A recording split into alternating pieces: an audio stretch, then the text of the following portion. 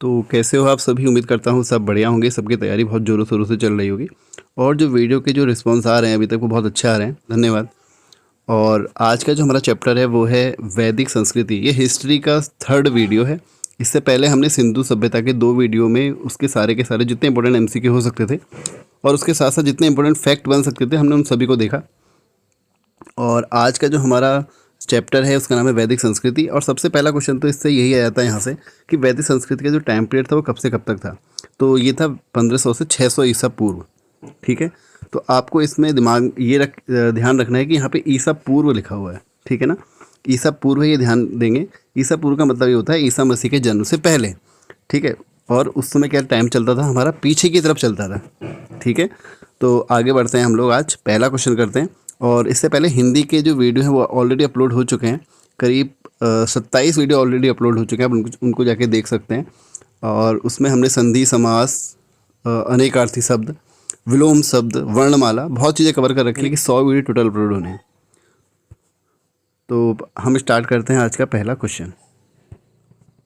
तो चलते हैं आज के पहले क्वेश्चन की तरफ। वो है हमारा पूर्व वैदिक या ऋग्वैदिक संस्कृति का काल किसे माना जाता है। तो इससे पहले हमने जो पढ़ा है वो है संस्कृति, वैदिक संस्कृति है पूरा, है ना। तो ये वैदिक संस्कृति है और इससे पहले का ये तो इसमें दोनों आ जाएंगे, हमारे वैदिक काल और उत्तर वैदिक काल दोनों आएंगे। तो ये हमने पढ़ रहे हैं पूर्व वैदिक काल। तो पूर्व वैदिक इसमें ध्यान में रखेंगे। इसको हम ऋग्वैदिक संस्कृति बोलते थे। ऋग्वैदिक संस्कृति इससे बोलते थे क्योंकि जो ऋग्वेद है वो इसी काल से संबंधित है, इसलिए इसको ऋग्वैदिक संस्कृति बोलते हैं। तो ये कब से कब तक है, 1500 से 1000 ईसा पूर्व। और 1000 से 600 ईसा पूर्व क्या होगा, उत्तर वैदिक काल, जो भी हम आगे पढ़ने वाले हैं। तो सेकंड क्वेश्चन है हमारा उत्तर वैदिक संस्कृति। जो अच्छा ये क्वेश्चन यहीं पे आ गया, उत्तर वैदिक संस्कृति का काल किसे माना जाता है। तो किसे माना जाता है, 1000 ईसा पूर्व से 600 ईसा पूर्व। यहाँ पे पूर्व को मैं काफ़ी वो कर रहा हूँ, आप लोग इसको ध्यान देंगे कि यहाँ पे पूर्व लिखा हुआ है। ठीक है ना, ईसा मसीह के जन्म से पहले की बात है। बढ़ते हैं अगले क्वेश्चन की तरफ। ये क्वेश्चन बहुत बार रिपीट होता है कि आर्य शब्द का अर्थ क्या है। तो आर्य शब्द का अर्थ क्या होता है, ये होता है श्रेष्ठ या कुलीन। ठीक है, आर्य शब्द का अर्थ क्या होता है, श्रेष्ठ या कुलीन। अगला क्वेश्चन, प्रारंभिक आर्यों के बारे में निम्न कथनों में से कौन सा सही नहीं है पूछा गया है। नहीं है को ध्यान में रखेंगे। वे संस्कृत बोलने वाले थे, प्रारंभिक आर्यों के बारे में बात हो रही है तो ये तो सही है ना, क्योंकि वो लोग संस्कृति बोलते थे। वे घुड़सवारी किया करते थे, वे कई झुंडों में भारत पहुँचे, वे मुख्यतः नगरों में निवास करते थे।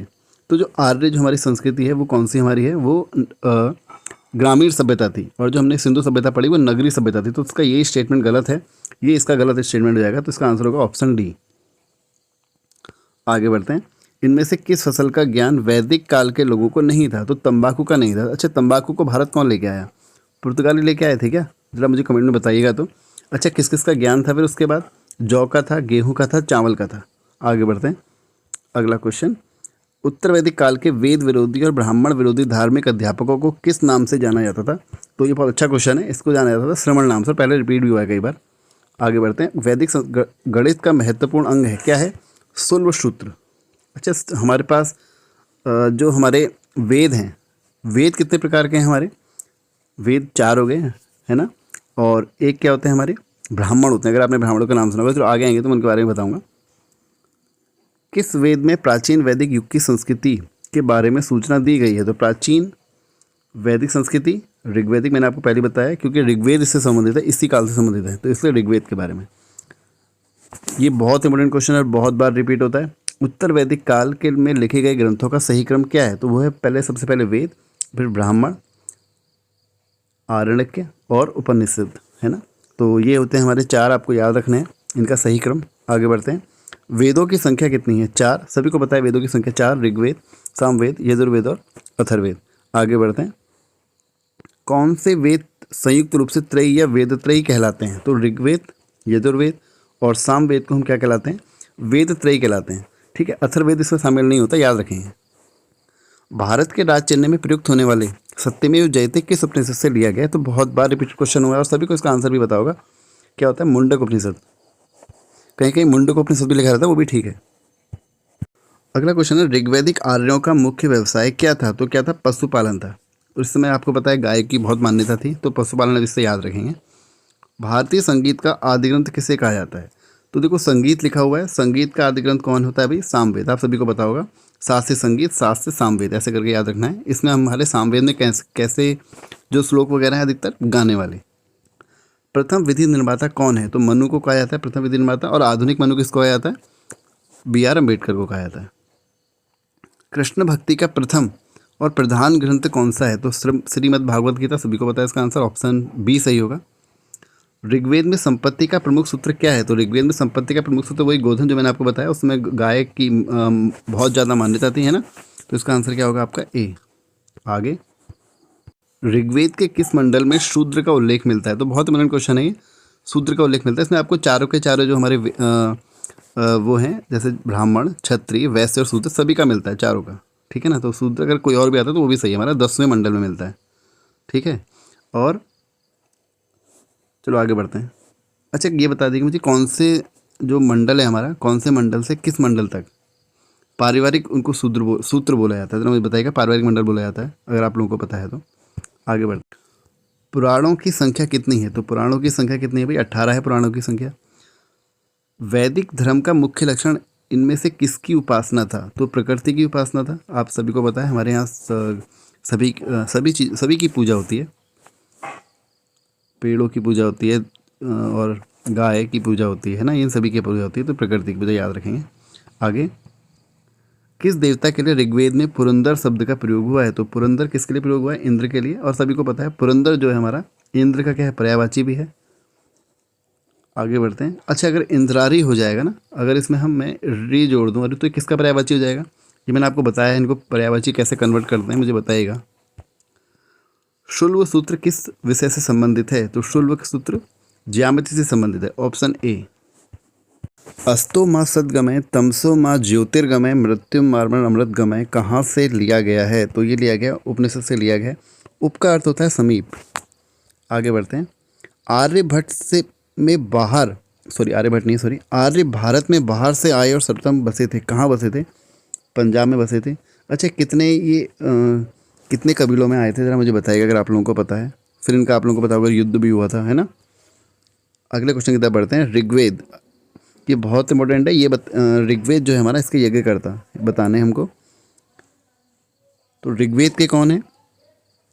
तो ऋग्वेद के जो होते हैं हमारे होत्र होते हैं। तो ऑप्शन 1 ठीक होगा, इसमें मिलाते हैं ज़रा इसको, वही है इसका A 1 2 3 4 ही सही है। ऋग्वेद का होत्र या होता बोलते हैं। यजुर्वेद का अधर्वी होता है। सामवेद का उद्गाता होता है। सामवेद क्योंकि आपको पता है गाने वाले हैं, तो याद रखेंगे गाता, गात्र ऐसे याद रखेंगे, है ना, गाने वाले उसमें हैं। अथर्वेद ब्रह्मा। तो 1 2 3 4 सही है इसका। आगे बढ़ते हैं।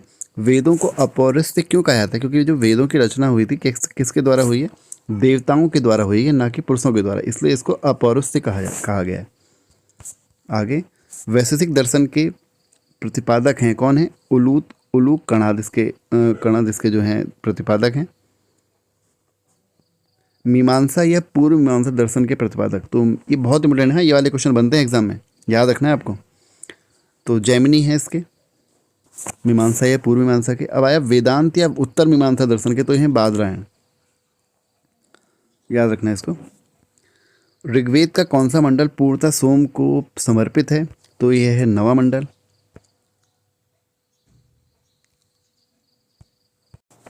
प्रसिद्ध 10 राजाओं का युद्ध, जैसे दासराज युद्ध किस नदी के किनारे लड़ा गया था? तो वो नदी थी हमारी परशुराम नदी थी। इसका अच्छा पुराना नाम क्या है या आधुनिक नाम क्या है, मुझे बताइएगा। तो गंगा की लंबाई कितनी है? 25 किलोमीटर, आप सभी को पता होगी, है ना। आगे बढ़ते हैं। धर्मशास्त्रों में भू राजस्व की दर क्या थी? तो वो थी 1/6। 800 ईसा पूर्व से 600 ईसा पूर्व का काल किस युग से जुड़ा हुआ है? तो वो है हमारा ब्राह्मण युग से जुड़ा हुआ है। अच्छा, हमारे भारत में, और या कह सकते हैं उत्तर भारत में, जो हमारा पहला ब्राह्मण वंश था वो कौन सा था? अगर आप लोगों को पता है तो मुझे बताइएगा। आगे बढ़ते हैं। किस काल में अछूत की अवधारणा स्पष्ट रूप से उदित हुई? तो वो थी धर्मशास्त्र के काल में। अगला, एशिया माइनर स्थित बोगाजाई, ये बोगाज कोई जो बहुत इंपॉर्टेंट है, किस लिए महत्वपूर्ण तो पूछा गया है, बहुत बार आता है इसका एग्जाम में। वहाँ जो अभिलेख प्राप्त हुए हैं उनमें 4 वैदिक देवताओं, कौन कौन है वो? इंद्र हैं, वरुण हैं, मित्र हैं, नासत्य का उल्लेख मिलता है। तो बोगाज का ही अभिलेख। आगे बढ़ते हैं। एशिया माइनर में स्थित है। आगे, गायत्री मंत्र किस पुस्तक से मिला है? तो गायत्री में सभी को पता है ऋग्वेद से मिला है। कौन से जो ये मंडल में है, ज़रा मुझे बताइएगा। तो क्या 9वें मंडल में है क्या या 7वें मंडल में, ज़रा बताइएगा। तो या तीसरे मंडल में है? चलो आपके ऑप्शन है तीसरा, सातवां या नवां, या डी इनमें से कोई नहीं। न्याय दर्शन का प्रतिपादक कौन थे? तो न्याय दर्शन बहुत बार रिपीट होता है क्वेश्चन। गौतम नहीं, फेवरेट क्वेश्चनों में से एक है ये जो आयोग है। प्राचीन भारत में निष्क से जाने जाते थे, तो निष्क किस नाम से जाने जाते थे? स्वर्ण आभूषण। योग दर्शन के प्रतिपादक पतंजलि, सभी को पता है इसका आंसर तो फिर। और गौतम किसके हो गए? हमारे न्याय दर्शन के हो गए, है ना। जैमिनी किसके हो गए? पूर्व मीमांसा के हो गए। अच्छा, शंकराचार्य किसके हैं? तो शंकराचार्य हैं हमारे सबसे पहला कौन सा आया था जो हमारा वो था? द्वैतवाद। क्या आया था? द्वैतवाद। आगे उपनिषद पुस्तकें हैं, तो उपनिषद पुस्तकें कैसी हैं भाई? दर्शन पर है उपनिषद पुस्तकें, ये बहुत बार रिपीट होता है। उपनिषद पुस्तकें किस पे हैं? अगला क्वेश्चन है ऋग्वेद। ऋग्वेद इसमें बताना है ऋग्वेद को हमको, इसमें क्या क्या दिया गया ये बताना है। तो ऋग्वेद में क्या है भाई हमारा? स्रोत एवं प्रार्थनाएं हैं। यजुर्वेद में क्या है? आपकी यौ से यजुर्वेद, यौ से यज्ञ। अब यज्ञ वाला कौन सा है इसमें भाई? तो यज्ञ वाला हमारा कौन सा है? स्रोत एवं कर्मकांड वाला यज्ञ वाला हो गया। सामवेद गाने वाला, तो संगीतमय स्रोत। अथर्वेद तंत्र मंत्र एवं वशीकरण, जादू टोने वाला है इसमें अथर्वेद में, ठीक है ना। आगे आरंभिक वैदिक साहित्य में सर्वाधिक वर्णित नदी है, तो कौन सी है वर्णित नदी? वो है हमारी सिंधु नदी। चलो इस वीडियो को आगे कभी कंटिन्यू करते हैं, और आप वीडियो को लाइक कर दीजिएगा, चैनल को सब्सक्राइब कर दीजिएगा। जल्दी इसका भी अपलोड होने वाला है वीडियो, तब तक आप थोड़ा सा वेट करिएगा।